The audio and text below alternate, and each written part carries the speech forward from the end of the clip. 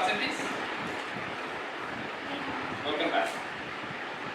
So I am not going to repeat the class what we have discussed previously. Now it is your responsibility to go back to those slides, study on your own and come back with more queries.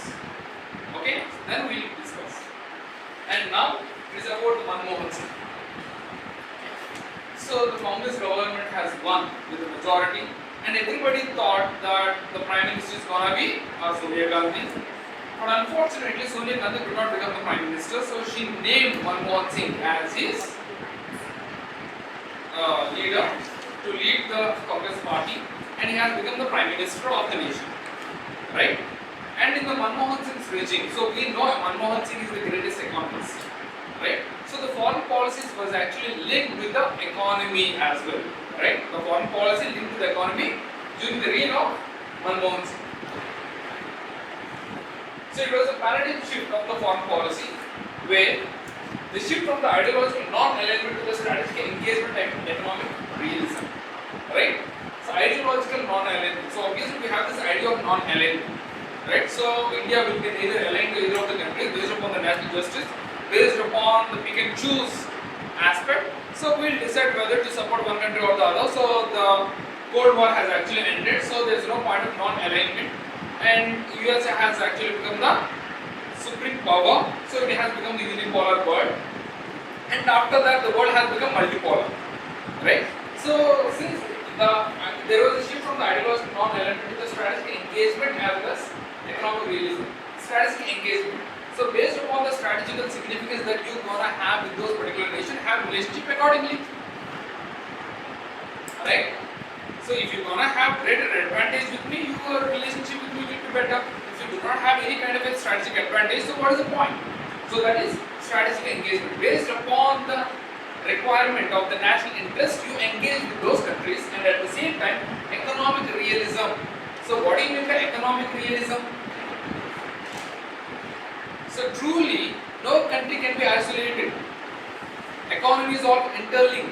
There is no point that your country can be isolated economically. So based upon this economic realist principles, you have to be associated with the countries. Whether you are aligning yourself strategically or not, so economy is linking every other country. Right? So our foreign policy has been shifted from the ideological non-alignment to the strategic engagement as well as economic realism. So based upon the strategic significance that we're gonna have with the other nations, we're gonna have association with those countries, we're going to have relationship with those countries, and based upon the economical aspects, right, based upon the trade related aspects, based upon the resources that we are having, based upon the common economic goals we are having, we're going to have relationship with those countries, right? And when you're talking about the foreign policy, it's an extension of the economic strategy. He's an economist, right? So obviously, you can actually see when an economist becomes the leader, so some side of the policies will be aligned towards the economic perspective. Ultimately, growth is the objective. India was growing phenomenally well during the reign of Manmohan Singh until demonetization. Right? It was growing phenomenally well. Right? So, foreign policy is an extension of economic strategy. That means we are going to have economical advantage with whatever country we are associated with. And next, an emphasis on multi-alignment rather than strict non-alignment. Right? Now the world is multipolar. We call the world as multipolar. So we discussed about the bipolar world, we discussed about unipolar, and now we are talking about multipolarity. Right? So what do you mean by multipolar? How do we have multiple poles when it comes to the power struggle? Through the multilateral collaborations. Right? By the multilateral collaboration, we have a multipolar world. What do you mean by multilateral collaboration? So what was the dispute between Russia as well as Ukraine? NATO. Right? So if we had any kind of a conflict with the South Asian nations, where do we go? SAARC. For Southeast Asian nation, ASEAN. Right? So we have the multilateral groupings, right? So all the multilateral groupings are powerful in some arenas, so J8 nations or G20 nations, right? They are powerful. So that is multilateralism. So now every country is trying to exert pressure through the multilateral collaborations. So there was a race of multi-alignment rather than strict non-alignment. So we do not have non-alignment, right? We have multilateral alignment, right? So we have multi-alignment. So we are aligned to most of the countries. Now we are talking about Quad, right? So quadrilateral dialogue. So where 4 countries are being associated to suppress the China over the Pacific as well as the Indo regions, right? So that is the multilateral collaboration. So all these groupings are becoming powerful, making the world multipolar, right? Making the world multipolar. So that was the kind of the world the Manmohan Singh has become the president for. And during that time, one of the most significant event is India-US relationship. India-US relationship has strengthened so well that we had this nuclear agreement. We had a nuclear pact with USA. So we have already discussed previously that in 1974, when India has become the nuclear country, when India has actually tested the nuclear weapons, the America has actually imposed multiple sanctions on India. Even the supercomputer technology was not given to India. It has denied the technology because that can be used for the development of the nuclear missiles.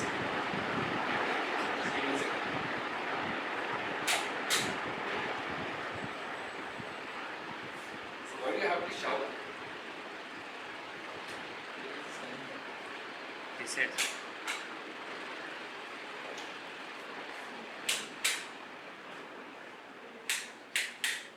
Okay, now it is beautiful. I'm shouting like hell. My throat is hurting. Okay? Huh? Your comfort comes next to me. Obviously. The class has to be proper, right? If I'm not able to deliver the lecture for a longer period of time, if my throat is hurting, so what is the point? I'll stop the class after 1 hour. This is what has been happening when you are turning on the fans. Okay? Any classroom, you cannot turn on the fans until or unless you have AC. Obviously, similar halls.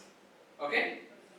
So with the United Nations, with the USA, so we had the nuclear pact. So we know in 1974, when India has become the nuclear country, when India tested for the nuclear weapons, so it has imposed strict sanctions on India, and it has spied on India that we will never go for any kind of a nuclear test. India cannot become a nuclear country. Right? And in 1998, when we tested again, right? So that was regarded as the worst intelligent failures of USA. That was one of the worst failures USA could ever face because it has been spying on India, right, through the satellites. But we masked the eyes of USA and we have tested the nuclear weapons and we declared India to be the nuclear country and we're gonna use the nuclear weapons as a means of deterrence only.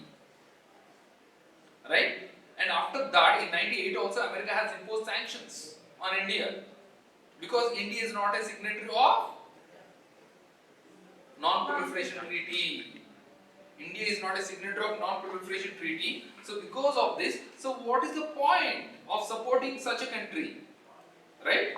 So that is the reason America was not at all accepting India being a nuclear power. So the diplomatic relationship between India as well as USA when it comes to the nuclear power has been come as a relief during this nuclear pact. Right? Even though India is not a signatory of the Non-Proliferation Treaty, so we had this nuclear agreement with the USA. Right? So which happened in 2015. And India has agreed to separate the civil as well as the military nuclear facilities and place all its civil nuclear facilities under International Atomic Energy Agency. Right? Because there is a supreme body which actually foresees whether the nuclear energy is being used for the civilian purposes or not. Right? So we have to become transparent to the International Atomic Energy Agency, and we decided that civil as well as the military nuclear facilities ought to be completely separated, so that more emphasis will be given to the civilian nuclear power rather than the military power. Right? As per the agreement. Okay? India would also give recognition to the de facto nuclear weapon state, and nuclear related supplies to and from the India would be accepted by the nuclear supplies too. Right? One disadvantages. So we have known that India recently is rich in uranium reserves as well. Previously, when India was actually formed, when India became independent, so we knew that India had more of the thorium reserves. Right? India is a contributor of 25% of the world's thorium. But the problem with the thorium is that it is not a fissile material, it is a fertile material. It cannot go for the chain reaction. So because of which you have to transmutate thorium into uranium. Right? So that is a problem. So that is a problem that we had. So that is the reason why we had devised this nuclear 3-stage reactor method. Right? So nuclear 3-stage policy. So in the first stage we take the natural uranium rather than the enriched uranium, and in the natural uranium, uranium-238 is transmutated to plutonium-239. In the second stage we call it a breeder reactor. So in the breeder reactor again the same thing happens, right? We generate more amount of the fuel so that in the third stage we can actually use it. In the third stage we use the thorium-232 and you convert it into uranium-233. Right? All this long process just to obtain. So in India we are producing 6,750 megawatts of nuclear energy and we are still having the first stage. That means we are generating fuel to the second stage. Yet second stage has not started. Right? But all the world is actually using enriched uranium so that more energy can be generated. But we are in the first stage. Because we thought the thorium reserves were not there, but eventually we got to know that India has one of the world's largest uranium reserve, but we cannot supply it to the world because we are not a part of nuclear supplies group, and because we were not a nuclear supplies group initially, no country can supply the uranium to India as well, enriched uranium, right, other than for the civilian purposes, right? But civilian purposes when transferred also they can enrich it to make it the nuclear grade uranium, weapons grade uranium. So that is the reason there were sanctions imposed upon India. Now, after America accepted India being a responsible nuclear power, after America accepting India to be the responsible nuclear power, we have got nuclear supplies group waiver as well, even till today. For India to become the part of nuclear supplies group, there is only one country which is stopping it from, that is China. Right? Or if the China had accepted, we would have become the part of nuclear supplies group by now as well. Right? So, one of the significant relationship during the time of Manmohan Singh is civilian nuclear energy agreement between the America as well as India. Next one, Bangladesh, India, Myanmar trilateral agreement. So Bangladesh, India, Myanmar trilateral agreement. So obviously when you are talking about India, so the connectivity is a major issue with the northeast. And the development is not progressing well because the connectivity is not good. And the connectivity is very difficult because of the terrain. Terrain is very difficult to actually manage. It is a mountainous terrain. So because of that, there are more number of tribal people, the development is backdated, and for more years, the India has actually ignored the development of the northeast. So to develop the northeast, right, it is extremely important for the strategical purposes as well, right? So there are many insurgent activities that were happening in the northeast, right? The Assam, Bodoland, or else the Nagaland, right? Everybody were fighting to become independent from India because we do not have the common history. We did not have the common history. They were tribal people, mostly isolated from the freedom movement, right? So hardly they had this experience of being a part of India. So that's why they were like, no, we have to be ruled. And because of the mass migration, their own native people ideology as well as the culture and their identity is being lost. So because of that, every northeastern territory has insurgent activities, northeast insurgency. So it is easy for the China as well as the Bangladesh or any other country to separate the northeastern territory from the India because we are just connected by Siliguri corridor, which is the short neck. Right? We call it chicken's neck. Right? We were connected through a short channel called the Siliguri corridor. So if you break that, the entire northeast can be separated. So we have to focus on the development of the northeast to make it integrated, to make the people loyal to the India, right? And to preserve the identity of India. right? For that we have to be associated with all the other nations as well. So that is the reason Bangladesh, India, Myanmar trilateral agreement has been done during his regime. So as a part of Mekong Ganga Cooperation Initiative, it was started in 2005, right? So, and the next one is the relationship with the Pakistan, right? So when you are talking about the relationship with the Pakistan, Manmohan Singh did not visit Pakistan even for a single time, right? So the progress was actually made when it comes to the peace talk, but it was worsened during 2008 Mumbai attacks, Taj attacks, right? The relationship between the Pakistan, we tried every time since the very beginning, we tried to make peace with Pakistan. We always try to make peace with Pakistan. We dialogue, but unfortunately, it was not successful because of the terroristic activities by the Pakistan, right? Next, when it comes to the China, right? So the Chinese president has proposed a 10-pronged strategy. That means there are 10 areas where you can actually cooperate with each other, right? And the major development was the opening of the Nathula Pass. So it was actually closed in 1967, right? So during this conflict, Nathula and the Chola Pass crisis in 1967, that was a short crisis. During that time, it was actually closed. So it was actually opened after 4 decades during the time of Manmohan Singh, right? So that the trade can actually progress over the Nathula Pass. And he also visited China in 2008, and the China became India's largest trade partner with the bilateral trade heavily favored China. So that is the reason why the India is actually called the dump yard when it comes to the Chinese products, right? So bilateral trade agreement has been progressed so well, but hardly we are exporting anything to China, whereas most of the commodities are being imported from the China Bazaar. Right? We love China Bazaar. Why? Costless. Right? So everything is being dumped to India, but the trade deficit is extremely growing when it comes to the China. That is one of the major problems when it comes to the China-India trade relationships. And next one, Chumar standoff. For a brief period of time, there was a standoff, military standoff in the Chumar region, right? So near the line of actual control, where India has actually established the live-in bunkers. The military personnel were established across the line of control, right? Line of actual control, not line of control. Line of control is with the Pakistan, line of actual control is with the China, right? So when the live bunkers are actually established, there was a brief standoff between India and as well as the China. So they mutually agreed to remove the bunkers as well as to remove the troops in the line of actual control region, favoring the normalcy during the period of Manmohan Singh. So this was the relationship with the China. And at the same time, during his regime, the relationship between Japan as well as Israel has been expanding. So when it comes to the Japan, so one of the significant features with the Japan is that Japan also accepted India to be a responsible nuclear power. So that is a significant aspect when it comes to the Japan. Why? So if your father tells that you are studying very well, and your mother telling you are studying very well, which has greater importance? Why? Mother keeps on telling this nonsense even if you fail. Alright? So it is like, my son is going to become successful in the future with 0 marks. Alright? Mother will have that confidence. But father, no way you cannot succeed with this kind of an attitude, with this kind of marks.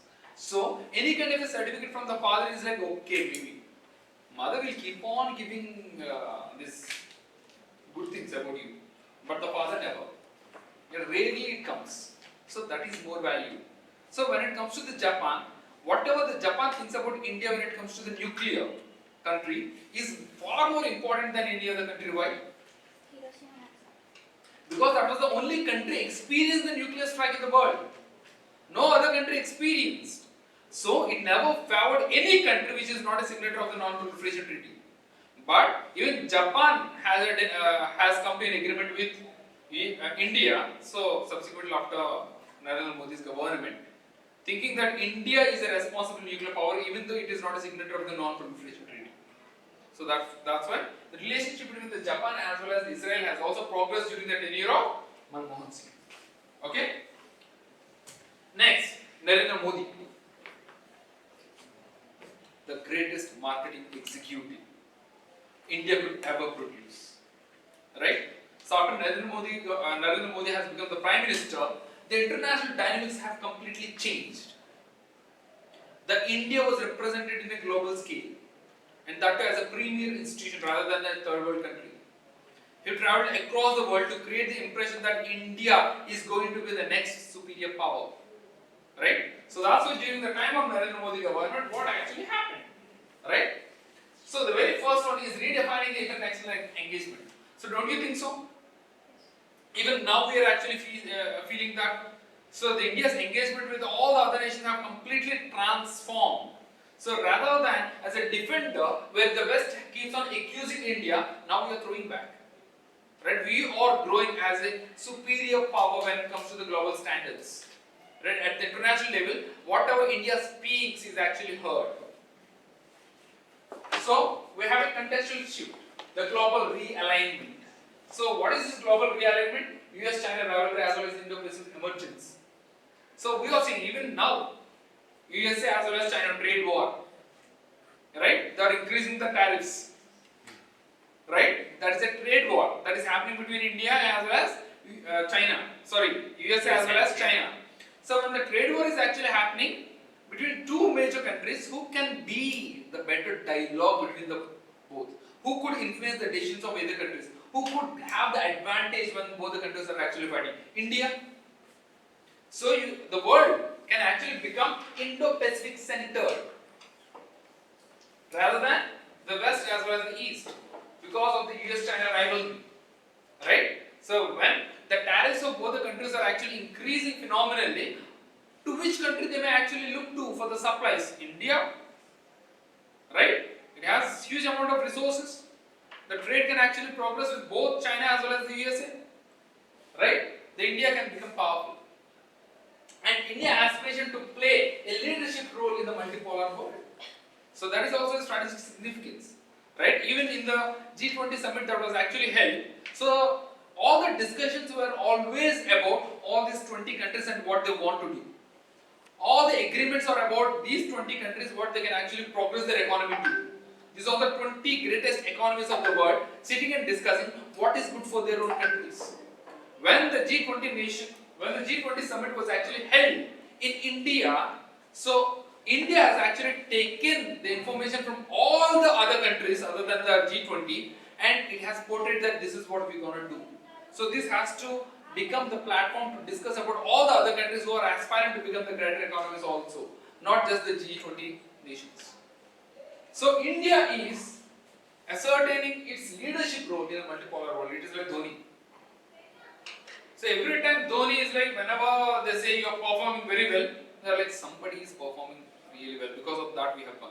So he never had taken the credit on his name. That is the reason everyone gives credit to him. If Dhoni had been telling that entire thing I have done, people would have like, no, not you, the other person had done. But he will not take the credit. The same way, the India is actually growing geologically, geographically. So in the political aspects, that India is becoming as a bigger brother to all the world, and it is becoming the voice of all the nations who could not voice them. Right? So these are the changing dynamics internationally. And next, foreign policy. The first one, highly personalized diplomacy. Right? What is our focus on? National interest. It is highly personalized. Right? Why we call it highly personalized? So our relationship with our relationship with Russia does not have to do anything with our relationship with USA. So we were very clear, it is very personalized, right? So when we were actually purchasing S-400, the anti-ballistic missile defense system from Russia, so America, during that time we were having this 2+2 dialogue with America, and we are having this COMCASA agreement, so which is a security agreement which is extremely significant. This is one of the 4 foundation agreements with the USA, for which we are all the signatory now. When this agreement is happening, so America is like, why to purchase? We will give our defense system to you. So stop purchasing from Russia. And India was like, no, our relationship with Russia does not have to do anything with my relationship with you.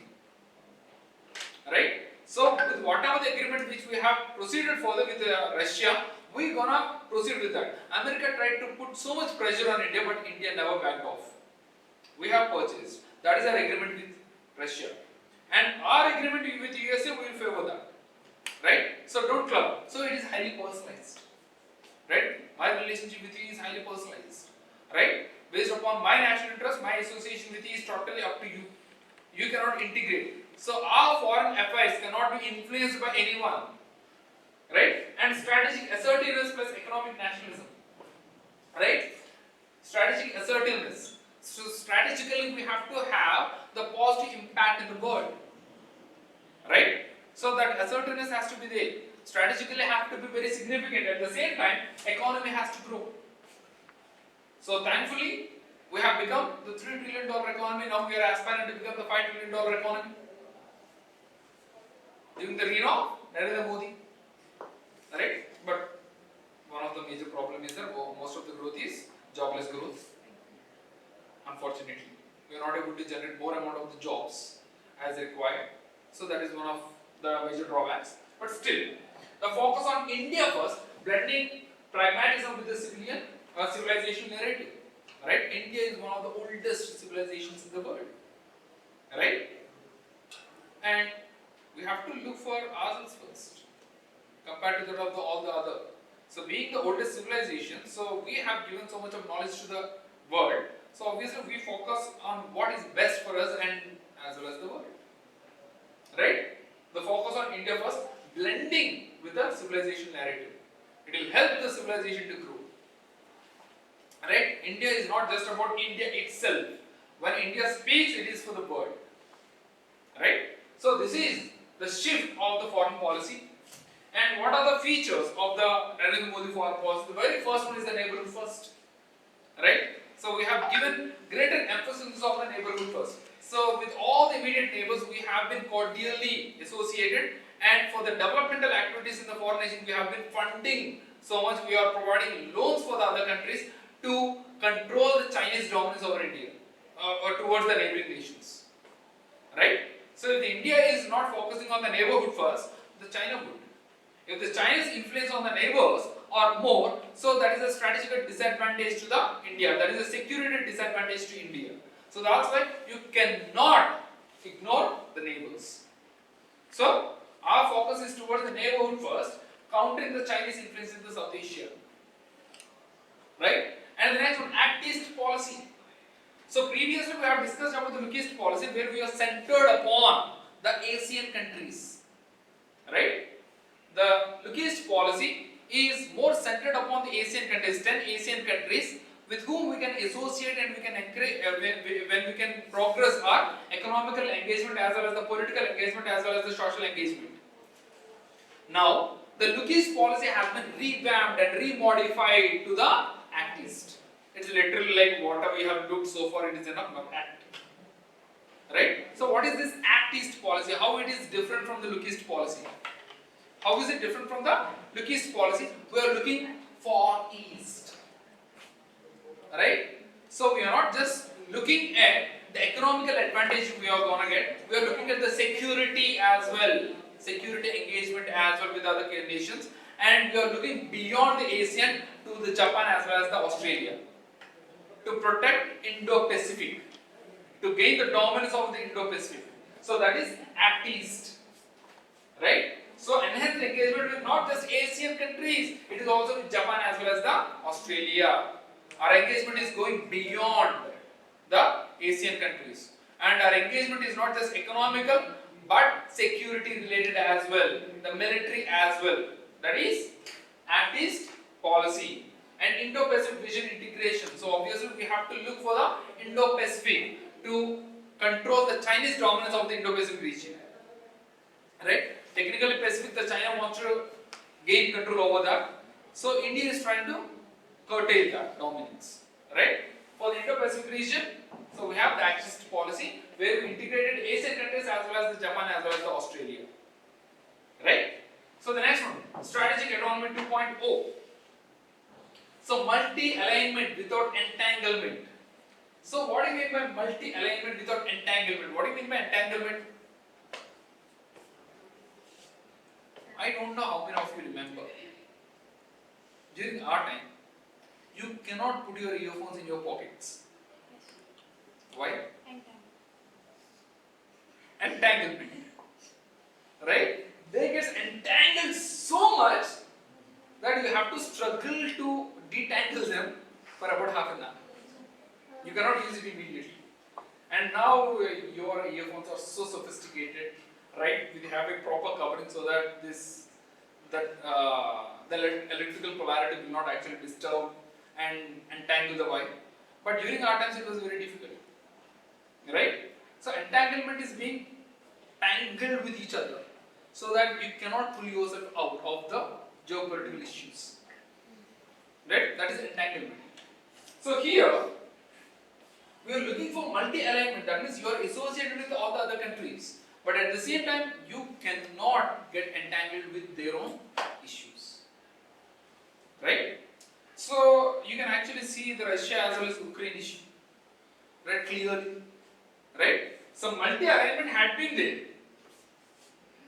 right? India is associated with Russia as well as India is associated with USA, and USA as well as the Europe is actually putting pressure on India that come on, speak against Russia. You have to speak up now, right? You have to be aligned towards what is right. The people are dying over there. Come on, talk. So how can you? Everyone impose economical sanctions. They are telling that we will not trade with Russia, right? And they are asking India, come on, impose sanctions on Russia. You also don't purchase oil, right? And we are like, we do not want war. We are not supporting war, right? We want them to stop. If they want any kind of a dialogue, we will be the mediators to find peace, to find the resolution, right? But whatever is good for our India economically, that we will keep on doing. So our job is to look for the market where I'll get the oil at a cheaper price. We call it Act Forest Policy. We call it Act Forest Policy.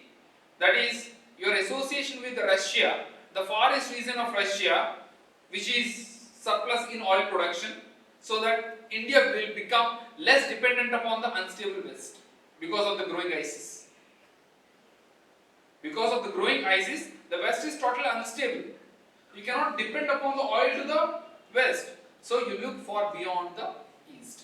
That is called Act Forest Policy, right? So you are no way entangled with the geopolitical issues. You do not have any kind of a pressure that you have to speak against Russia, right? You have multi-alignment without entanglement. That is strategic autonomy of 2.0. India is a sovereign country. It will decide upon what is good for its own nation. And engage in Quad, BRICS and Shanghai Cooperation Organization simultaneously. The Quad is an association between America, India, Japan as well as Australia to counter the dominance of China in the Pacific region, Indo-Pacific region. Right? It is a military dialogue, military association between these four countries to suppress the dominance of China, right? BRICS, right? These are the greater countries who are aspiring to become the greater economies, right? They have the greater economy combined, and they are having the dialogue about the economical cooperation. Brazil, Russia, India, China, and South Africa. And at the same time, Shanghai Cooperation Organization is a multilateral organization with China, and you are able to manage everything parallelly, right? So that is a greatness. Strategic autonomy. Everything is independent, right? And the next one, digital as well as the diaspora diplomacy. The people to people connect. We call it soft power. We call it diaspora. Diaspora is nothing but the people, Indian people living abroad, right? So obviously they create soft power, and we are using the diaspora as well as technology. Global outreach through technology and large-scale diaspora events, right, are happening. So wherever the foreign personnel visits, we call our own people and we have a dialogue with them, saying that we as a nation are strong enough. And now we are providing the right to vote to the people who are living abroad also, right? So that is engaging the diaspora, right, which is extremely important, so that they believe that they are Indians and they be Indians, right? And that will create the pressure on the other countries. So we call it soft power. Right? Whatever the policy that the other countries are actually making, so with the soft power, so that will be lenient towards India. Right?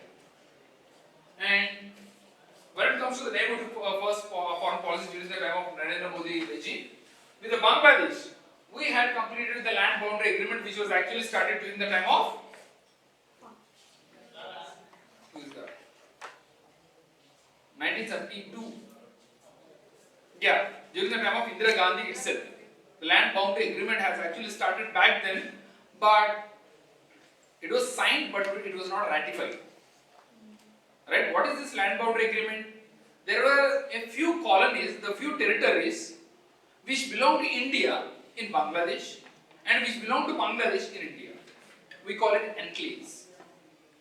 We call it enclaves. Right? So because the kings were totally not thinking about how the territories are to be given, so it is literally like if we both are actually playing, right? And you have won. So I told, if you won, I'll give you this territory. And that territory became yours, but it's a part of my territory. Right? And next game, I have won. And you told, in that territory, small part you take it. And the small territory became. So now when the countries were actually divided, so within that particular territory, if she is Bangladesh and I am India, right? Within the Bangladesh territory is in India, right? And within the Bangladesh territory there is Indian territory. Those are called enclaves. Those are called enclaves. So because of that, the people living in the enclaves were not able to enjoy the rights and the benefits of either of the countries. Right?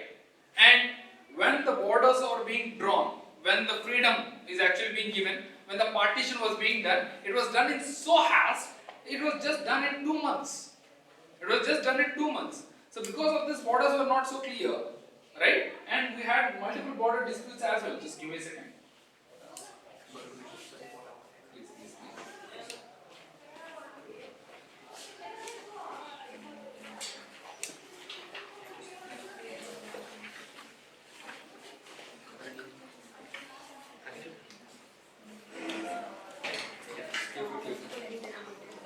Please close the door. Yeah.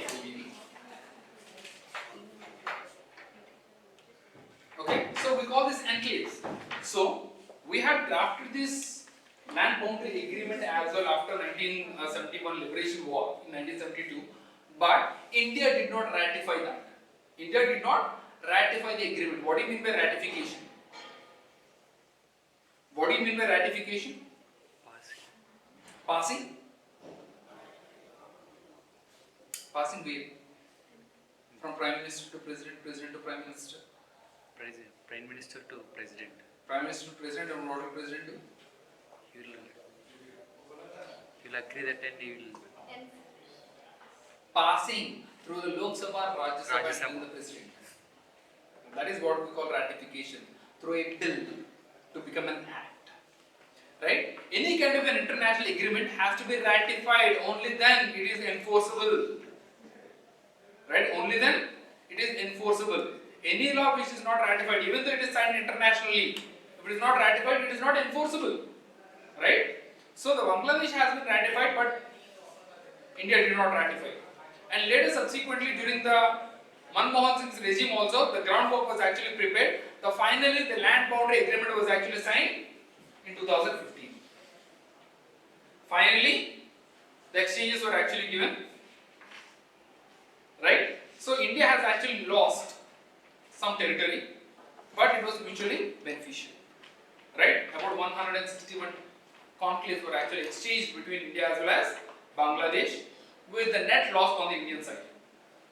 Right? There was only one counter enclave. Right?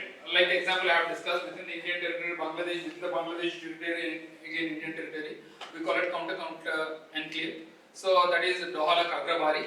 So which was the only counter enclave in the world. Okay.